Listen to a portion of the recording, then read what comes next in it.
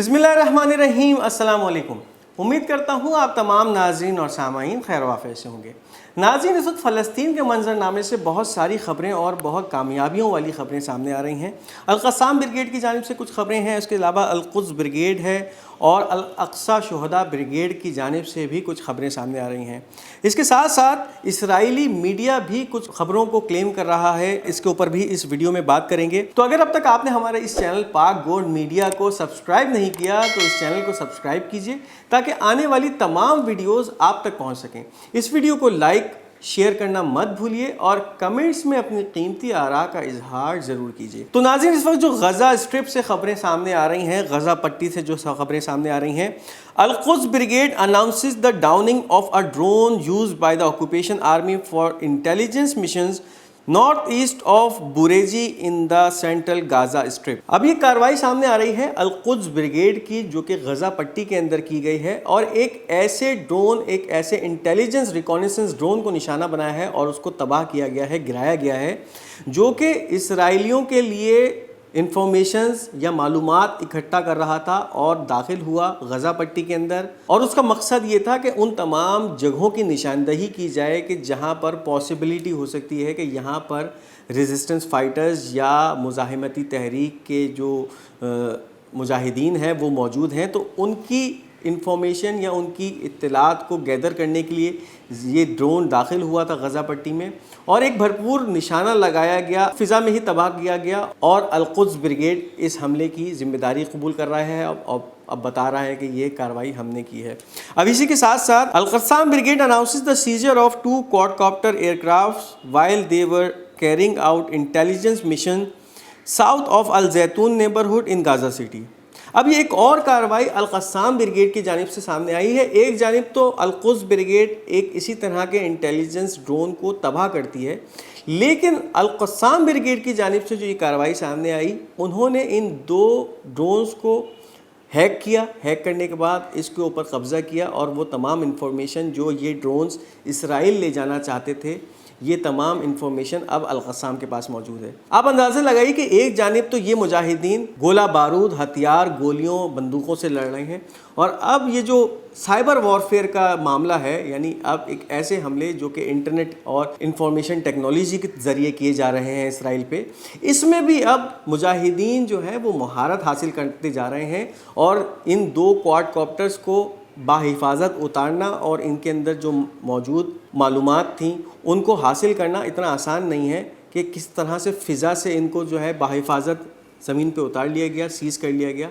और उसके बाद वो तमाम इंफॉर्मेशन जो कि इन तैयारों ने मुजाहिदीन के हवाले से गैदर की थी और ये तमाम इसराइल जानी थी और फिर इसके बाद इसराइली फ़ौज इन इंफॉर्मेशंस के मुताबिक हिकमत अमली तैयार करके हमला करती, उसको रोका गया है। तो एक बहुत बड़ी कार्रवाई है जो इस वक्त अल-क़स्साम ब्रिगेड ने की है। अब इसके साथ साथ एक और ख़बर सामने आ रही है अल-अक़सा मार्टर ब्रिगेड की जानिब से। Al Aqsa martyr brigade announces the targeting of Al Sarra military checkpoint south west of the city of Nablus with machine guns. अब ये कार्रवाइयाँ भी मुतवातिर देखने में सामने आ रही हैं कि जो इसराइली फ़ौज की चेक पोस्टें हैं उनको निशाना बनाया जा रहा है। इससे पहले भी हमने आपको एक ख़बर दी थी जिसमें कुछ फ़लस्तीनियों की जानिब से एक इसराइली चेक पोस्ट पे होमेश के मुकाम पे फायरिंग की गई थी और वहाँ मौजूद फ़ौजियों को नुकसान पहुँचाया गया था।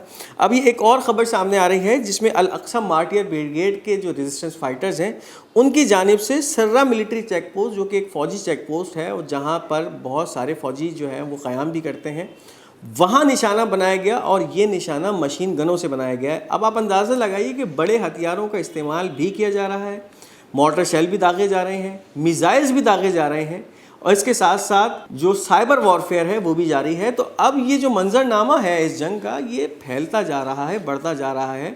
इसराइल ने ये कुछ समझा था कि हम हमला करेंगे गज़ा पर, चंद दिन की ये जंग जारी रहेगी, इनको मारेंगे, बम बरसाएंगे और ये मामला ख़त्म हो जाएगा।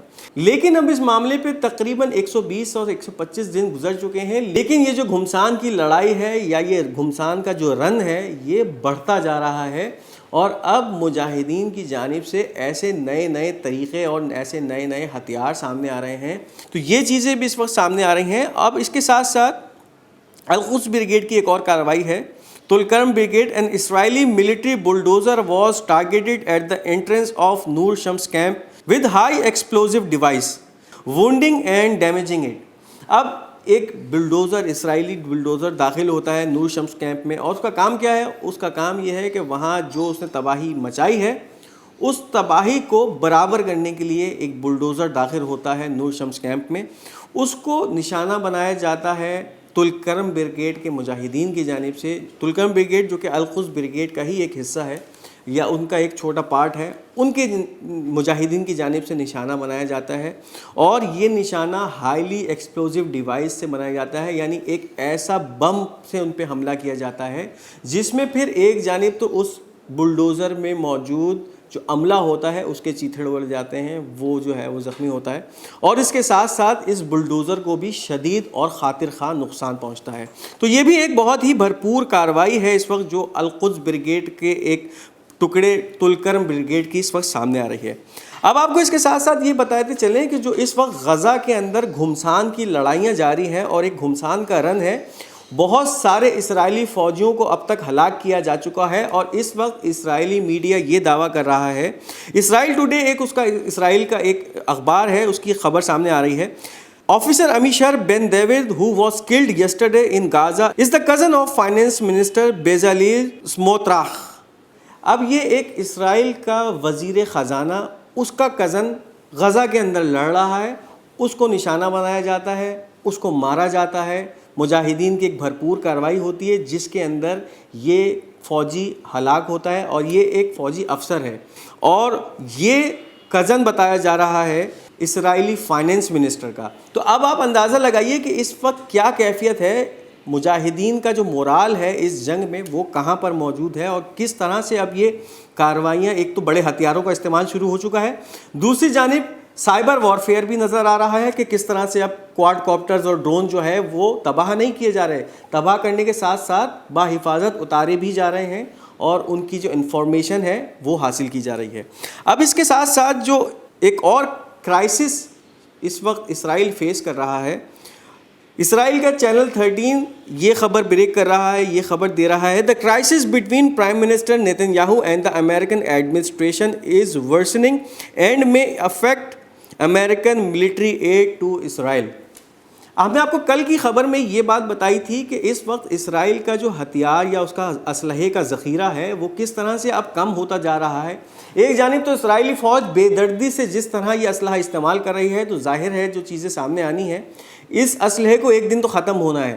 اب دوسری خبر جو اس وقت سامنے آ رہی ہے کہ اس وقت نتن یاہو کے رویے اور جو بائیڈن ایڈمنسٹریشن ہے اس کے درمیان جو تناؤ کی کیفیت ہے، اس کیفیت کو اب اس نہج پہ پہنچتا ہوا دیکھا جا سکتا ہے کہ ایک طرف تو یہ تناؤ اتنا زیادہ بڑھ گیا ہے کہ اب سفارتی سطح پہ بھی جو ہے نا بہت ساری پیچیدگیاں سامنے آ رہی ہیں. اس کے ساتھ ساتھ اب یہ بھی خبریں آ رہی ہیں کہ یہ معاملہ اب اس طرف جا رہا ہے کہ جو اسرائیل کی امداد کی جا رہی تھی، اسلحے کی امداد امریکہ کی جانب سے، وہ اب خطرے میں پڑتی نظر آ رہی ہے. تو آپ اندازہ لگائیے کہ اس وقت اس معاملے میں ایک جانب تو مجاہدین کی کارروائیاں اور جس طرح سے ان کی کامیابیاں ان کے حصے میں آ رہی ہیں وہ چیزیں ہیں، اور دوسری جانب اب سفارتی اور بہت سارے محاذوں پر اسرائیل کو جس طرح سے سبکی اور شکست اٹھانا پڑ رہی ہے، یہ بھی ایک مظلوم فلسطینی عوام کے لیے خدا کی جو مدد ہے وہ اب شامل حال ہوتی جا رہی ہے. تو یہ چیزیں بھی اس وقت سامنے آ رہی ہیں. تو یہ تھا آج کا ہمارا منظرنامہ. امید کرتے ہیں آپ کو ہمارا یہ منظرنامہ پسند آیا ہوگا. اس ویڈیو کو لائک اور شیئر کرنا مت بھولیے، اور ہمارا یہ چینل پاک گولڈ میڈیا، اس کو سبسکرائب ضرور کیجیے گا. انشاءاللہ آپ سے بہت جلد اگلی ویڈیو میں ملاقات ہوگی. اپنا بہت بہت خیال رکھیے گا. انشاءاللہ. خدا حافظ و ناصر.